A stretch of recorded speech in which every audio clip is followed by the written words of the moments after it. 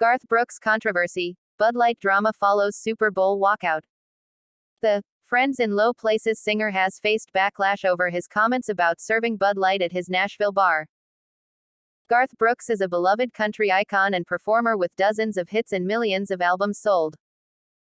But he's had his share of controversy throughout his multi-decade career.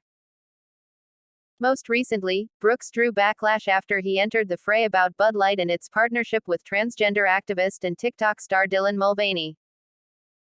Brooks is opening a bar in Nashville later this summer, the Friends in Low Places Bar and Honky Tonk, and spoke about his plans for the bar in an interview with Billboard, which includes selling every brand of beer. "I want it to be a place you feel safe in. I want it to be a place where you feel like there are manners and people like one another. And, yes, we're going to serve every brand of beer.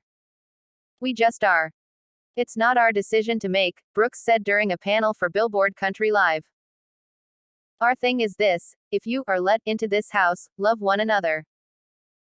If you're in a hole, there are plenty of other places on Lower Broadway." While some fans were supportive of Brooks, others were vocal in their disapproval of his comments and decision to sell Bud Light. "If you live in Tennessee, I recommend you never go to it," Garth Brooks' new bar. "They're going to sell Bud Light and apparently he thinks we're holes if we don't like it. Make sure all your friends know that," one person wrote on Twitter. Another spoke of getting rid of a collection of Brooks's music, noting, "My trash bin is full. I threw out everything that had Garth Brooks' name on it. I was a huge fan of yours back in the early 90s, before you fell into the trap of being a star." A third wrote, "It was always about your fans. Now, we're holes for boycotting Budweiser. Welcome to the boycott." Brooks has courted controversy at other points in his career for bold stances and choices. Brooks released his song, "The Thunder Rolls," in 1991, with lyrics alluding to cheating and abuse. An additional verse, omitted from Brooks's version but later added by country star Tanya Tucker in her version, also alludes to the wife in the story seeking revenge through murder. For the music video, Brooks played the part of the cheating and abusive husband, with scenes that hint at the fourth verse's contents. According to the 2009 book, The Garth Factor, The Career Behind Country Music's Big Boom, by Patsy Bale Cox, Brooks's label screened the music video for a group of women who approved of the content and considered it a powerful statement against domestic violence. The violent nature of the music video got it banned by the Nashville network TNN and CMT. A representative for CMT at the time said the network was in business to entertain, not to promote or condone gratuitous violence or social issues, according to the book. At the time of the video's controversy, Brooks told Entertainment Weekly, "This is real life. Where I'm from, people aren't afraid to talk about it." Despite the controversy, Brooks won the CMA Video of the Year award later that year.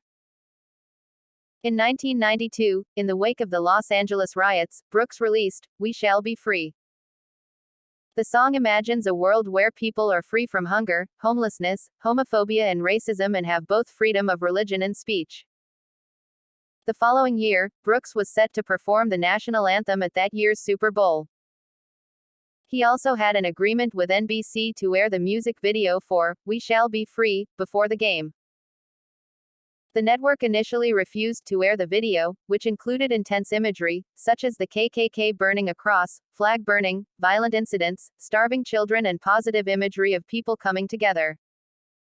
Brooks reportedly left the stadium 45 minutes before he was to perform. According to his 2019 A&E documentary, Garth Brooks, The Road I'm On, Brooks felt the network was making excuses for not airing the video. NBC reportedly looked for a last-minute replacement but ultimately agreed to air the video, and Brooks performed "The Star-Spangled Banner" as planned, accompanied by Oscar winner Marlee Matlin performing the song in American Sign Language. According to former NFL executive director Don Weiss's book, The Making of the Super Bowl, the inside story of the world's greatest sporting event, Brooks walking out resulted in the requirement that all Super Bowl renditions of the national anthem be pre-recorded. Brooks celebrated the 25th anniversary of the song in 2017 with an updated music video released on his Facebook page. I didn't think it would be controversial, but when this song first came out, it was not welcomed with open arms, Brooks told People in 2017. I guess I'm always surprised because, I guess, I'm just one of those ignorant guys who thinks that everybody kind of feels the same and, man, we don't. After 10 years of dominating the charts, Brooks unexpectedly presented his alter ego, Chris Gaines. Gaines was a fictional rock musician from Australia with dark hair and a soul patch. The character appeared in a mock episode of VH1's Behind the Music, and there was even a potential Chris Gaines biopic. When Brooks hosted SNL that year, he appeared as himself but performed as Gaines as the episode's musical guest. An album was released, Garth Brooks in The Life of Chris Gaines, put together as a greatest hits of Gaines' previous and non-existent 5 albums. Despite the confusion created by the character, Brooks scored a Billboard Top 40 pop single with the song, Lost in You. In a recent interview during Billboard Country Live, Brooks said he still loved the character and was interested in doing more with Gaines. The Gaines project was a lot of time put in because it's not natural.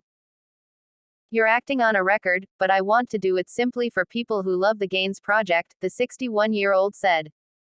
And, selfishly, I love the Chris Gaines record. So, I want to do it for me. It challenged me as a vocalist, added Brooks. So I don't know when we're going to get to it, but it's on the list. Brooks has been happily married to fellow country icon Trisha Yearwood for nearly 2 decades but has admitted he wasn't always the ideal partner. I sucked at being a husband. I was horrible at it. I was horrible at being a dad. I had to get my S together, Brooks told Billboard recently. Before his marriage to Yearwood, Brooks was with his first wife, Sandy Mall, from 1986 to 2001.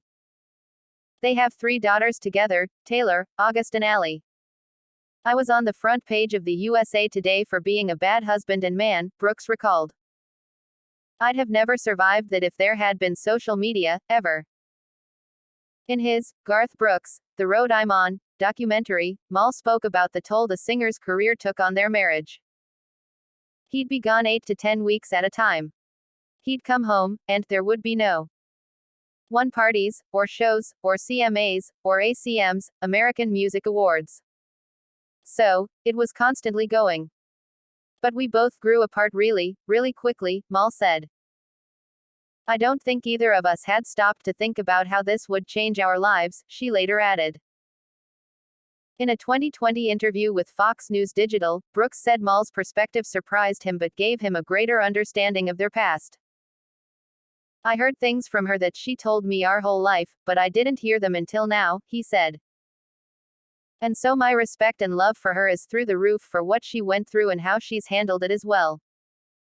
Brooks and Mall finalized their divorce in 2001, and the If Tomorrow Never Comes singer married Yearwood in 2005.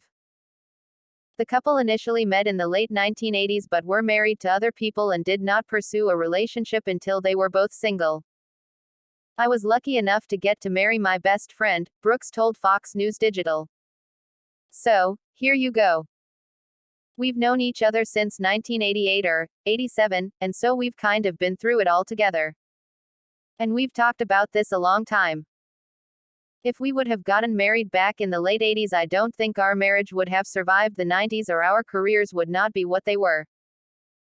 So, I think everything happens right at the right time, Brooks added.